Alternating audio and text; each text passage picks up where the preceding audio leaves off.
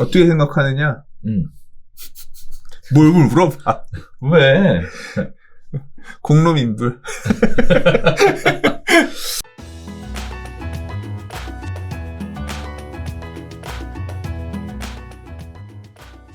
자, 세 번째입니다. 변창흠표 공공자가주택 지분 적립형 방식을 도입하겠다라는 얘기가 발표가 됐는데요. 입주한 뒤 지분 늘려가는 형태, 그리고 구체적으로 지역 물량은 확정이 안 돼서 어느 정도가 될지에 대한 이야기들은 계속 나올 것 같습니다. 크게 세 가지 얘기가 나왔는데요. 공공자가주택이라는 것이 과거에 변창흠 장관이 세종대에 있을 때 이야기를 했었던 부분이라고 얘기를 해요. 그래서 지분 적립형 주택은요, 입주자가 초기에 주택 지분의 일부만을 매입한 뒤 살면서 지분 매입 규모를 늘려가는 방식이다라고 하고요. 정부가 이러한 새로운 공공자가주택을 도입하기로 했다고 합니다.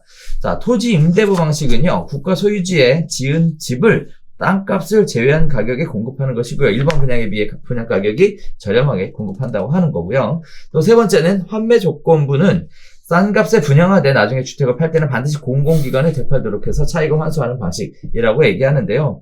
자, 일단 지분 적립형 관련된 부분은 마치 계속 얘기 나왔었던 30년 모기지 상품 같은 이미지가 굉장히 강합니다.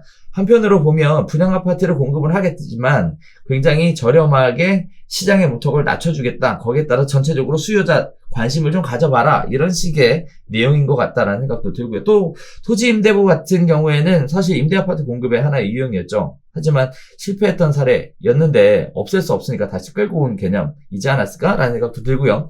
또 한편으로는 환매 조건부 같은 경우에는 임대아파트 공급을 함에 있어서 분양아파트 공급을 함에 있어서 핵심 지역의 분양가를 꽉 정부에서 붙잡고 겠다 이런 식의 내용을 저는 개인적으로 받았어요. 그래서 핵심 지역의 가격 조절 기능을 위해서 환매 조건부 아파트 얘기를 꺼낸 거 아니냐 이런 생각이 좀 들었는데요. 소장님은 어떻게 생각하셨어요? 지분 적립형, 토지 임대부, 환매 조건부 아파트 이 세 가지는 다 선의로 포장이 돼 있어요. 어떤 선이냐?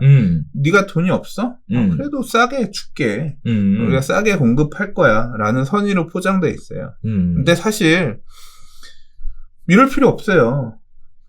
대출을 분양은 그냥 해주는데 대출을 장기로 저리로 빌려주고 나눠서 갚어. 그렇게 하면 원래 해결될 수 있는 문제를 갖다가 이런 식으로 집을 나눠서 너한테 집에 대한 지분을 나눠서 너한테 넘겨줄게.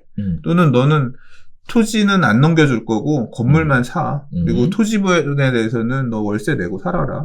그리고 내가 너한테 지금 주긴 주는데 넌 딴 데 팔면 안 돼. 나한테만 팔아야 돼. 네가 이걸 온전히 네 걸로 가지려면 몇십 년 있어야 돼.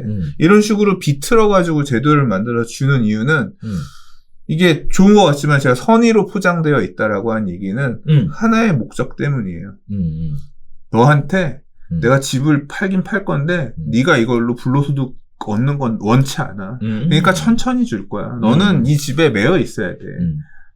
나한테 돌려주든가 나눠서 받든가 이런 거거든요. 그러니까 싸게 받을 수 있는 것처럼 선의로 포장이 되어 있지만 사실은 땅을 공공이 개인한테 주기 싫은 거예요. 그게 그 밑바닥에 깔려 있는 그런 제도예요. 왜 이런 일을 하느냐 말씀드린 것처럼 부동산을 통해서 불로소득을 개인이 가져가는 거를 공공이 원치 않는 거예요. 그러니까 지금 이 정부의 많은 부동산 관련 제도들이 다 그것 때문에 안 되는 거야. 아까 공공주도 정비사업, 공공주도 주택 건설 이런 부분들이 전부 다 뭐냐면 공공이 해서 민간 니들이 돈 버는 거 우리가 못 보겠다. 공공이 다 해결하겠다. 이거에 출발하는 거거든요. 민간의 초과이익, 이익을 받아들일 수 없다. 출발하니까 그냥 주택 공급도 그렇게 있다 이런 거예요. 어떻게 생각하느냐? 뭘 물어봐. 왜? 공론인불. 자, 일단은 이런 얘기를 꺼낸 배경 중에 하나가 적극적으로 수요를 조정하겠다라는 내용이 전반적으로 깔려 있는 것 같아요. 특히 30대 영끌을 통해서 주택 매수로 주택 매수에 나섰다라는 얘기에 대한 부담감으로 일단은 대출이 안 되는데 도대체 어떻게 사냐라는 이런 식의 여러 가지 불만들이 있으니 일종의 문턱을 살짝 열어준 것 같기는 한데요. 전반적으로 깔려있는 생각 자체는 수요를 조정하겠다, 또 가격을 조정하겠다, 뭐 이렇게 생각해 볼 수도 있을 것 같습니다. 아무튼 수장님 얘기도 공론민불? 아니 대출을 해주면 되지 왜 대출을 제한해? 대출 해줬으니까 저기 돈 많이 버니까 팔지 말고. 그러니까 결국은 그거야. 대출을 제한해서 못 사게 하고 말라고. 이런 부분들이 민간이 이거 갖고 와가지고 초과액을 누리고 당첨만 되면 피 받고 네, 이런 게 싫은 거야. 그럴 수도 있잖아. 지금 대출이 안 돼서 집을 못 사니까 집은 살 수 있게 해줄게 이거잖아요.